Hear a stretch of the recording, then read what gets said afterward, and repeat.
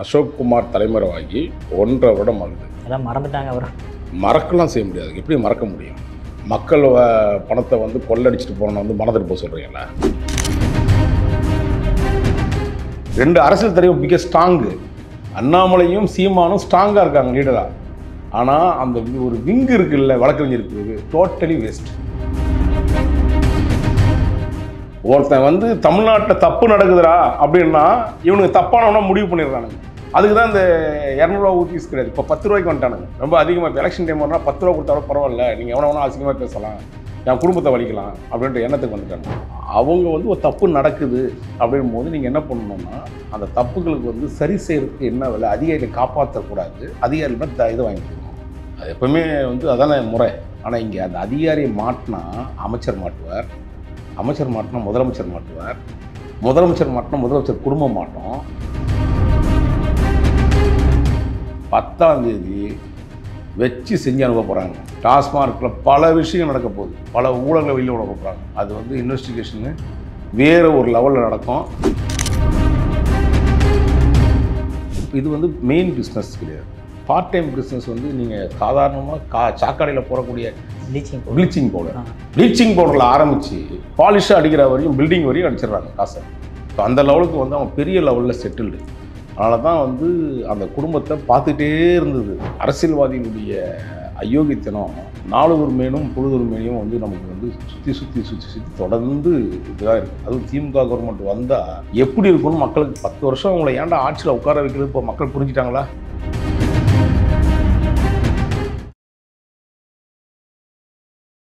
இளைய பாரத நேயர்களுக்கு வணக்கம். இன்றைக்கி நம்ம நேர்களில் நம்ம சிறப்பு விருந்தினர், அரசியல் விமர்சகர் மற்றும் பத்திரிகையாளரான நம்ம வாராகி சார் தான் நம்மளோட இணைஞ்சிருக்காரு.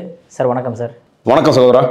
சார், இப்போ செந்தில் பாலாஜியோட கேஸ் மிக ரொம்ப எந்த நிலைமையில் இருக்குன்னு எல்லாம் அவரோட எதிர்பார்க்கும்போது அவருடைய தம்பியை பற்றி குறிப்புகள் சில விஷயங்கள் கோர்ட்லேயும் கேட்கப்பட்டதாகவும் தெரிய வருது. அதோடைய விஷயங்கள் என்ன சார் அதில்? அதாவது இந்த வழக்கை பொறுத்தவரையும் 1.5 வருஷம் ஆச்சு. அவர் தலைமறைவாகி, அசோக் குமார் தலைமறைவாகி 1.5 வருடம் ஆகுது. எல்லாம் மறந்துட்டாங்க அவர். மறக்கலாம் செய்ய முடியாது. எப்படி மறக்க முடியும்? மக்கள் பணத்தை கொள்ளடிச்சிட்டு போனோன்னு மறந்துட்டு போக சொல்கிறீங்களா? மக்களுடைய பணம்ன்றது சாதாரண விஷயம் இல்லைங்க. வேலை வாய்ப்பு தரேன்னு சொன்னது, அதில் பணம் பரிமாற்றங்கள் மற்ற விஷயங்கள்லாம் இருக்குல்ல, அதையெல்லாம் அவ்வளோ சீக்கிரம் மறந்துட முடியாது. இன்றைக்கி உச்சநீதிமன்றத்திலேயே அவருடைய வழக்குகளில் மிக தெளிவாக சொல்லப்பட்டிருக்குது. நீங்கள் உங்களுடைய அமைச்சர் பதவி ஏற்றுக்கிறதுக்குள்ள சில மிஸ்யூஸ் பண்ணுறீங்க, அதுக்கு சில உங்களுக்கு தெரியும் என்ன நடந்துகிட்ருக்கு. அதனால் மறக்கக்கூடிய விஷயங்கள்லாம் இல்லை. செந்தில் பாலாஜிகள் செய்யக்கூடிய அயோக்கியத்தனத்தெல்லாம் எப்படி நீங்கள் அவ்வளோ சீக்கிரம் மக்கள் மறந்துடுவான்னு நினைக்கிறீங்களா? மனிதனுடைய இயல்பு மறதி இயல்பு தான். ஆனால் எதை மறக்கணும், எதை மறக்கக்கூடாதுன்னு இருக்குல்ல. அதாவது வேலை வாய்ப்புன்றது ஒரு ஒவ்வொருத்தருக்கும் உள்ள ஒரு கனவு. மாடு மேய்ச்சா கூட அரசாங்கம் மாடாக மேய்க்கணும்னு நினைக்கிறதுக்கு நம்முடைய மக்களுடைய ஒரு மனசில் ஒரு எண்ணம். அந்த அரசாங்கம் மாடாக இருந்தால்னா அது சாணி அள்ளி போடுறத வேலையாக இருந்தால் கூட நான் செய்யணுன்றது தான் அவனுடைய கனவாக, பல பேருடைய கனவு அரசாங்கத்தில். அதில் ஒருத்தன் வேலை வாங்கி தரேன்னு சொல்லிட்டு ஏமாற்றிட்டு போகிறான்றது எந்த விதத்தில் ஏற்றுக்க முடியும்? அப்போது செந்தில் பாலாஜி வழக்குகள் எப்படி போயிட்டுருக்கோ அதே மாதிரி இன்றைக்கி திடீர்னு ஒரு செட்டப்போட கிளம்பி இன்றைக்கி நம்ம சென்னை செஷன்ஸ் கோர்ட்டில் அவருடைய தம்பி அசோக் குமார் ஆஜராகிறாரு. ஆள் நல்லா பார்த்துருக்கீங்களா? நல்ல மலம்புல குழுன்னு இருக்கார், பார்த்துருக்கீங்களா? ஒருத்தன் 1.5 வருஷமாக உட்காந்து நல்லா மசாஜ் பண்ணி மஜாவாக இருந்திருக்கான், பார்த்துருக்கீங்களா? எந்த அளவுக்கு நல்ல ஷைனிங்காக வாழ்க்கை வாழ்ந்துருக்கான், பார்த்தீங்களா? அதான் இந்த ஏழைப்பாவிகள் பாவம். அந்த 5 ரூபா திருடுறவன், 5 ரூபான்னா இந்த இவனை வச்சுக்காதீங்க. இந்த 10 ரூபா 20 ரூபா திருடுறான்ல செந்தில் பாலாஜி, அதுன்னு வச்சுக்காதீங்க. இந்த வறுமையில் ஒருத்தன் பிட் பாயிண்ட் அடிக்கிறவன், சோத்துக்கே வழியில்லாமல் பிச்சை எடுக்கிறவன், இவனுடைய வாழ்க்கை தராதரம்லாம் பார்த்தீங்கல்ல. இவனுக்கு தராதரம் பார்க்குறீங்க எப்படி இருக்குன்றது. அதுதான் சொல்கிறேன். இதெல்லாம் மறந்துடக்கூடாது தம்பி. இன்னும் 9 மாதம் இருக்குது. மக்கள் ரொம்ப வழியில் இருக்கான், வேதனையில் இருக்கான். அவ்வளோ சீக்கிரம் நீங்கள் மறந்துடலாமா? மறக்கக்கூடியதா அது? அதெல்லாம் நீங்கள் இவ்வளோ ஈஸியாக சொல்லிட்டீங்க ஒரு பத்திரிக்கையாளராக. மறந்துடலாம், எல்லாம் மறந்துட்டோன்ட்டு. மறக்க மாட்டான் மக்கள். முன்ன மாதிரி எத்தனை வருஷம் ஏமாற்றிங்க? 60 வருஷமாக ஏமாற்றிட்டே இருப்பீங்க. அதெல்லாம் பார்த்துட்டு மறந்துடுவோம்னு நினைக்கிறீங்களா? இப்போ திடீர்னு இத்தனை வருஷம் கழிச்சு திடீர்னு ஆஜராகிறதுக்கு காரணம் என்ன சார்? அவர் எல்லாம் சில செட்டில்மெண்ட்டு, பேச்சுவார்த்தை, சிண்டிகேட்டு இதெல்லாம் இருக்கும்ல. இப்போ தான் நான் தான் சொல்கிறேன் தம்பி, நான் இப்போ சொல்லலை. திமுகவுடைய வழக்கறிஞர் பிரிவு வந்து மிக ஸ்ட்ராங்கான பிரிவு தம்பி. வேறு எந்த கட்சியிலுமே அது ஸ்ட்ராங் கிடையாது. நான் பல இடங்களில் பல விஷயங்களில் நான் வந்து சில தலைவர்கள்ட்ட பேசியிருக்கேன். நீங்கள் திமுகவில் மட்டும்தான் இன்றைக்கி இல்லை, அது ஆண்டாண்டு காலமாகவே வந்து ரொம்ப தரமான ஒரு லீகல் டீமை வச்சுருக்காங்க. மற்ற எதற்குமே கிடையாது. பார்த்துருக்கீங்களா? நான் அண்ணன் சீமானிடம் பல முறை சொல்லியிருப்பேன். அண்ணாமலை அவர்களுடைய இயக்கத்தில் இப்போ பிஜேபிலையும் அதே மாதிரி சொல்லியிருப்பேன். ரெண்டுமே வீக்குமா. ரெண்டு அரசியல் தலைவர் மிக ஸ்ட்ராங்கு. அண்ணாமலையும் சீமானும் ஸ்ட்ராங்காக இருக்காங்க லீடராக. ஆனால் அந்த ஒரு விங்கு இருக்குல்ல வழக்கறிஞர் பிரிவு, டோட்டலி வேஸ்ட். இல்லைன்னா சீமானை பற்றி பேசுகிறாங்கல்ல, இந்த சில்லுண்டு அல்லுண்டு, இந்த திருட்டு பசங்க பொறுக்கி பசங்க, நான் ஏன் இந்த வார்த்தைகளை உபயோகப்படுத்துகிறேன்னா, எவ்வளோ கேவலமாக பேசுகிறானுங்க. இந்த 200 ரூபாய்க்கும் 100 ரூபாய்க்கும் அடிச்சா பரவாயில்ல, இன்னும் 10 ரூபாய்க்கு வந்துட்டானுங்க பரதேசி பசங்க. அப்படி ஆதங்கத்தில் பேசுகிறோன்னா அது என்ன வழி இருக்குன்னா, அவன் குடும்பத்தை போய் ஒளி வைக்கிறான். அண்ணாமலையுடைய யோசிச்சு பாருங்க. ஒருத்தன் வந்து தமிழ்நாட்டில் தப்பு நடக்குதுடா அப்படின்னா இவனுக்கு தப்பானவனா முடிவு பண்ணிடுறானுங்க. அதுக்கு தான் இந்த 200 ரூபா ஊபிஸ் கிடையாது, இப்போ 10 ரூபாய்க்கு வந்துட்டானுங்க. ரொம்ப அதிகமாக இப்போ எலெக்ஷன் டைம் வரனா 10 ரூபா கொடுத்தாலும் பரவாயில்ல, நீங்கள் எவனை வேணால் அசிங்கமாக பேசலாம், என் குடும்பத்தை வலிக்கலாம் அப்படின்ற எண்ணத்துக்கு வந்துட்டானுங்க. அதனால் நீங்கள் வந்து இந்த மாதிரி திமுகவில் அந்த ஸ்ட்ராங் பெல்ட்னால தான் அவங்க இன்றைக்கு வரையும் அதை கரெக்டாக 1.5 வருஷம் அவன் என்ன அவ்வளோ பெரிய தேடும்புறம் குற்றவாளியாக தேடிட்டு இருந்தீங்க. ஆமாம் சார், சொன்ன மாதிரி ஈஸியாக கண்டுபிடிச்சிருக்கலாம், கண்டுபிடிக்க நினச்சிருந்தா. எல்லா திருட்டு பசங்களும் இவனுக்கும் தெரியும் திமுகவுக்கு. திமுகவே திருட்டு கூட்டம் தானேங்க. அதனால தான் சொல்கிறேன் திரும்ப திரும்ப, இவனுங்க வந்து ரொம்ப ஸ்ட்ராங்காக இருக்கிறதுனால நினச்சிக்கிறதுனால தான் இவங்க பலவீனம் தான். இல்லைன்னா நான் தான் சொல்லுவேன், இல்லைன்னா அண்ணன் சீமானையோ அண்ணாமலை அவர்களையோ வந்து தராதரம் இல்லாத பேசக்கூடிய சில ஒரு தற்தலைங்க தற்குறிகள்லாம் என்னால் வச்சு செஞ்சிருக்கணும் லீகல் பாயிண்ட் கரெக்டாக இருந்துச்சுன்னா. ஸோ அதனால் அந்த திருடர் கூட்டம் தெளிவான ஒரு கூட்டத்தை லீகல் டீமை பக்காவாக வச்சுருக்குது. அதனால தான் இவ்வளோ நாள் கேப்பு. எப்படினாலும் நம்ம ஒன்றும் பண்ண முடியாது, சிண்டிகேட்டு தானே. திமுகவுக்கு சிண்டிகேட் போடுறது ரொம்ப ஈஸிங்க. அது யார் எங்கே இருக்கான், பவர் செக்டர் இருக்கானோ அவனை கூப்பிட்டு சிண்டிகேட் போட்டுருவானுங்க. அது ரொம்ப தெளிவான ஒரு திருடுறதுலேயே வந்து ரொம்ப தெளிவான திருட்டு, ஆதாரம் இல்லாத திருட்டு, எவிடன்ஸே இருக்காது அவங்கள்ட்ட பார்த்தீங்கன்னா. இன்றைக்கி இல்லை, சர்க்காரிய கமிஷன்லேருந்து.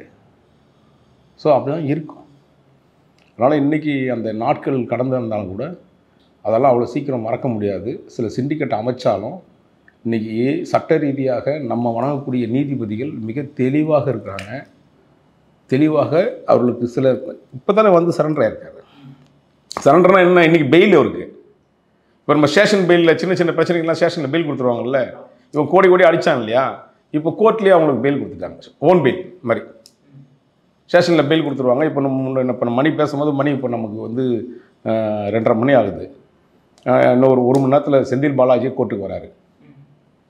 நம்ம காணொலி வெளியே வரத்துக்குள்ளே அவர் உள்ளே வந்துடுறாரு. அவரையும் பார்த்து முடிவு பண்ணிடுறாரு.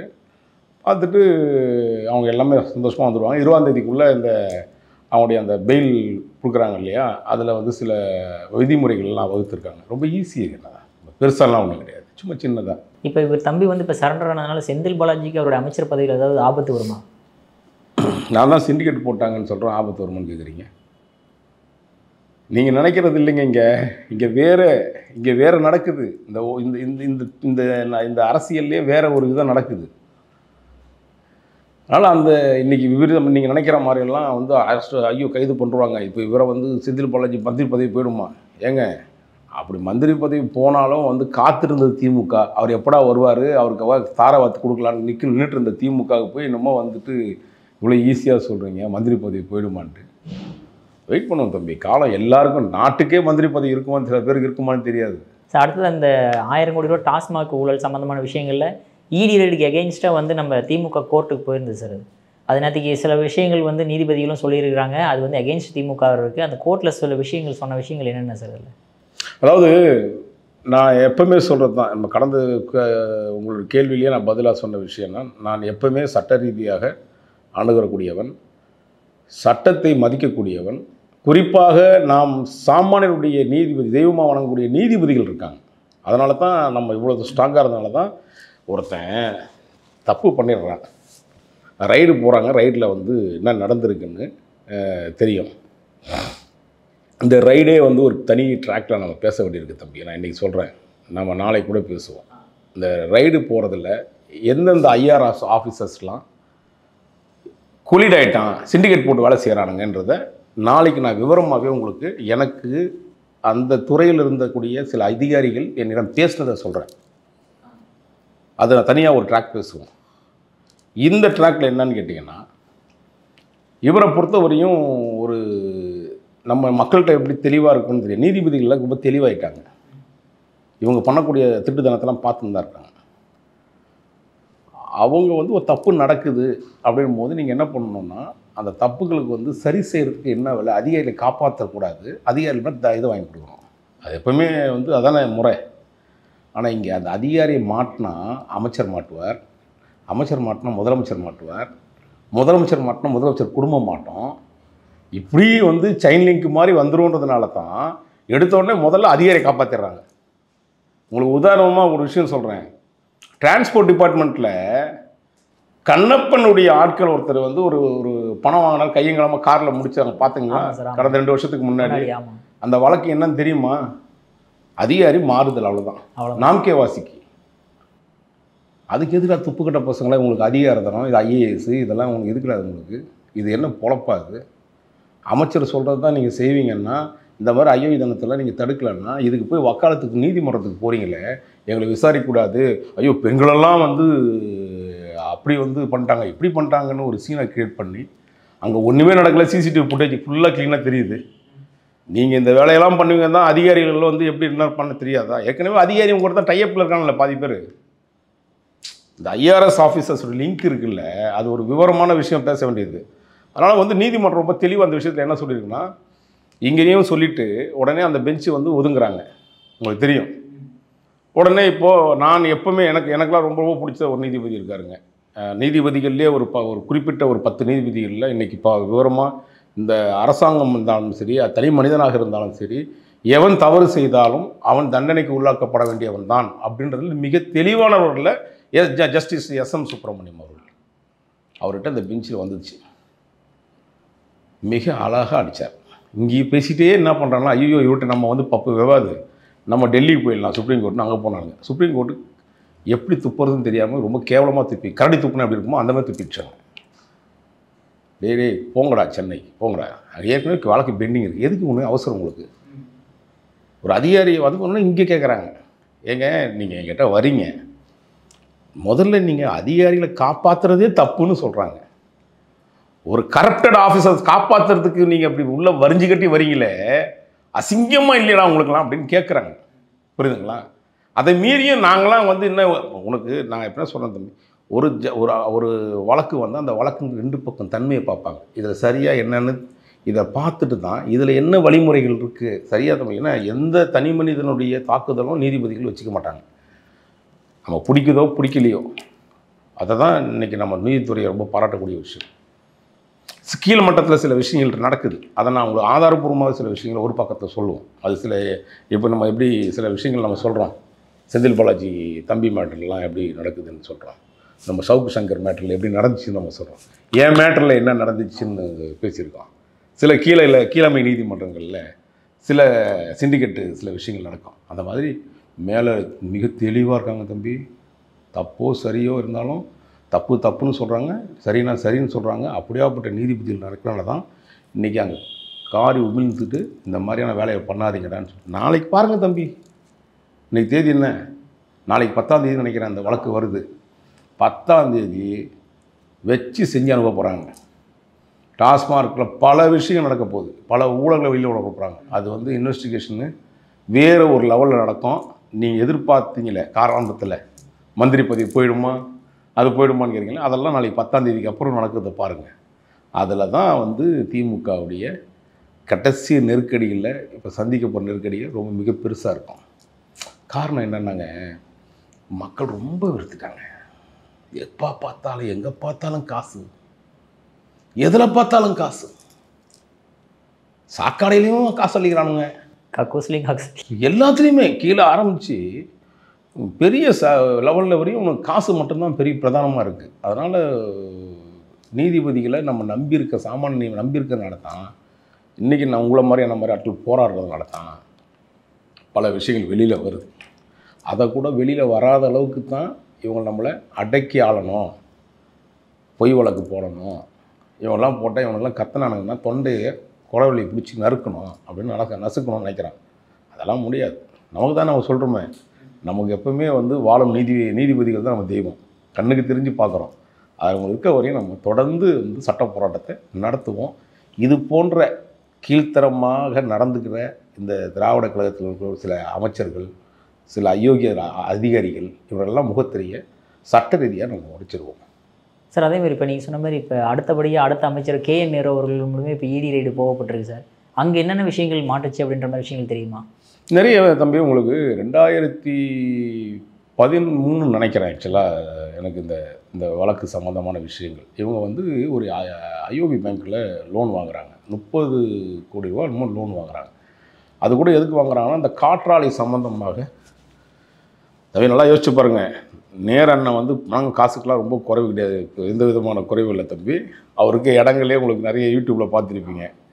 நூற்றுக்கணக்கான ஏக்கர்கள், ஆயிரக்கணக்கான ஏக்கர்கள், கல்லூரிகள், பள்ளிகள், இப்படி பல தொழில்களில் அவங்க வந்து திருச்சியில். இன்னும் சொல்லப்போனால் ராமஜெயம் வந்து இப்போ இறந்தார். அவர் தான் வந்து ஏன் அவர் கொலை செய்யப்பட்டார்ன்றதுக்கு பல காரணங்களை வந்து இங்கே சொல்லப்படுது. அவர் வந்து தமிழ்நாட்டை திருச்சியில் மட்டும் இடம் வாங்கலை, திருச்சியில் மொத்தம் பஞ்சாயத்து பண்ணலை, தமிழ்நாடு லெவலில் பஞ்சாயத்து பண்ண ஆரம்பித்தார் அந்த காலத்தில். அதுக்கு பிறகு அப்படியே தமிழ்நாடு கர்நாடகா போச்சு, ஆந்திரா போச்சு. அப்படியே வந்து அவர் ஆல் இண்டியா லெவலில் வந்து ஒரு பெரிய தாதாவாக ஆகணும். ஆக்சுவலாக திருச்சியில் அவர் MDன்னு தான் சொல்லுவாங்க. ஸோ மறைந்தவரை பற்றி நம்ம எதுவும் இது பண்ண வேண்டியதில்லை. அந்த குடும்பத்தில் பாவம் காசு இல்லாமல் ரொம்ப கஷ்டப்பட்டு இருந்த நேரத்தில் 2013 இவங்க போய் காற்றாலையை தொழில் ஆரம்பிக்க போகிறோம் அப்படின்னு IOB பேங்க்கில் ஒரு 30 கோடி ரூபா லோனை வாங்குறாங்க. அந்த லோனை வாங்கி இந்த ட்ரூ வேல்யூ இது பில்டர்ஸ் தான் அவங்க வச்சுருக்காங்க. அதில் டெவலப் பண்ணி நினைக்கிறேன். அதில் கொண்டு போய் இந்த பணத்தை போட்டு அதில் இவர் வேலை பார்த்துட்டாங்க. நீங்கள் வாங்கின லோன் எதுக்கு? காற்றாலையுடைய டெவலப்மெண்ட்டுக்கு இத்தனை பேர் ப்ராஜெக்ட் போட்டு கொடுக்குறீங்க. அந்த ப்ராஜெக்ட் போடுறது சென்ட்ரல் கவர்மெண்ட்டுடைய இது உங்களுக்கு தெரியும். அதில் ஒரு சில மானியங்கள் வரும். அதில் ஏமாற்றி ஆட்டையை போட்டாங்க. நான் சொன்னேன் ஆரம்பத்தில், திமுக திருடவே தெரியாது பாருங்கள், இப்படிலாம் திருடுறான் பாருங்கள், இந்த மாதிரிலாம். அந்த மாதிரி வந்து அந்த படத்தில் மாட்டி இப்போ அவர் ரவிச்சந்திரன் நேருடைய இன்னொரு பிரதர் மொத்தம் அவருடைய பிஸ்னஸ் எப்படின்னு கேட்டிங்கன்னா, இது வந்து மெயின் பிஸ்னஸ் கிடையாது, பார்ட் டைம் பிஸ்னஸ். வந்து நீங்கள் சாதாரணமாக சாக்கடையில் போடக்கூடிய அந்த இந்த பொருட்கள் இருக்குல்ல,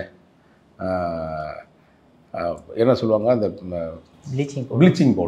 ப்ளீச்சிங் பவுடரில் ஆரம்பித்து பாலிஷாக அடிக்கிற வரையும் பில்டிங் வரையும் அடிச்சிடுறாங்க காசை.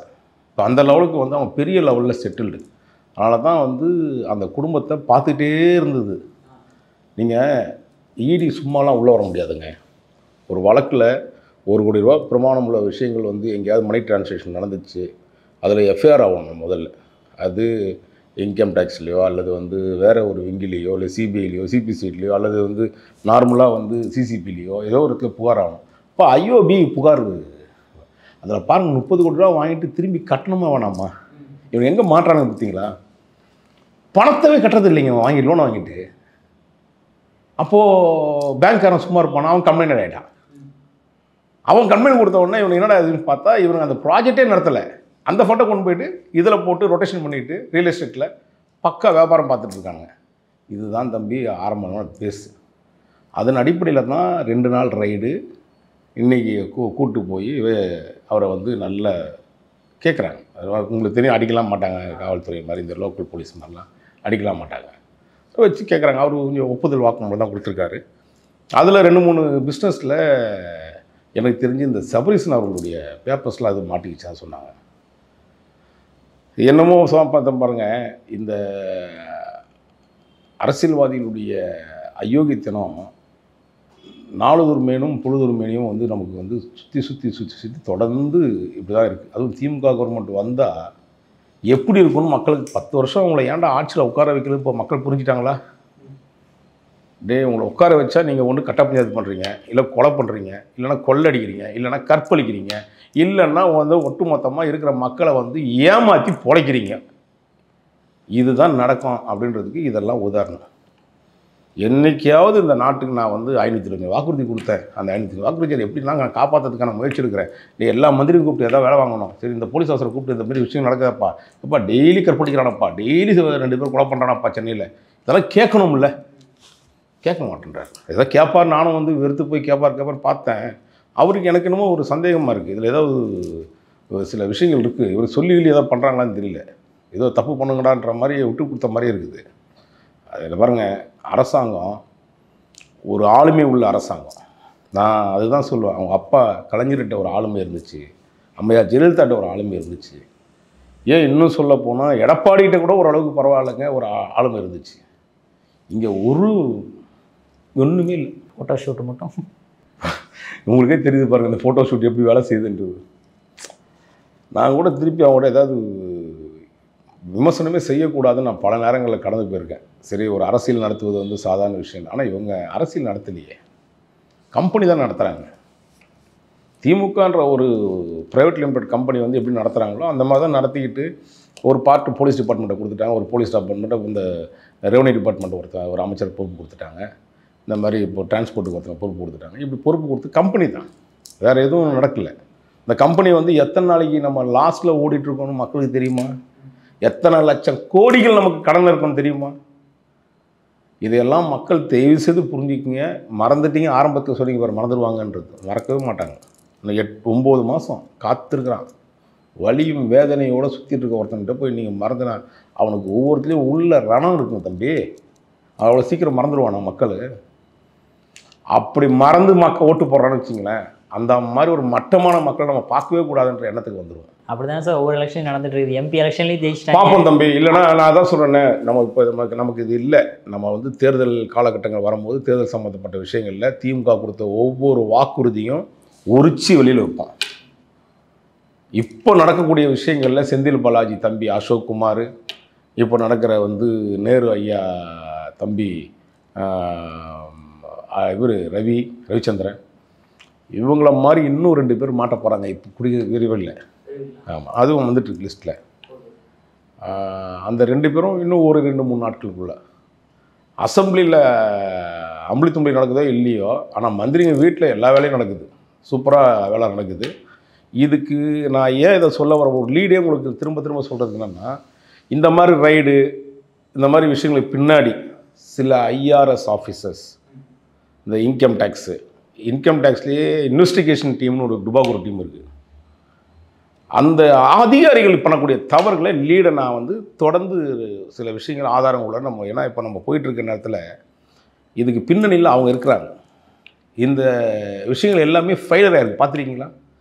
ஒரு ரைடாவது உங்களுக்கு வந்து கரெக்டாக இருந்திருக்கான்னு பார்த்துருக்கீங்களா? எல்லாமே ஃபெயிலியர். நிற்காது. காரணம் என்னன்னு தெரியுமாங்க?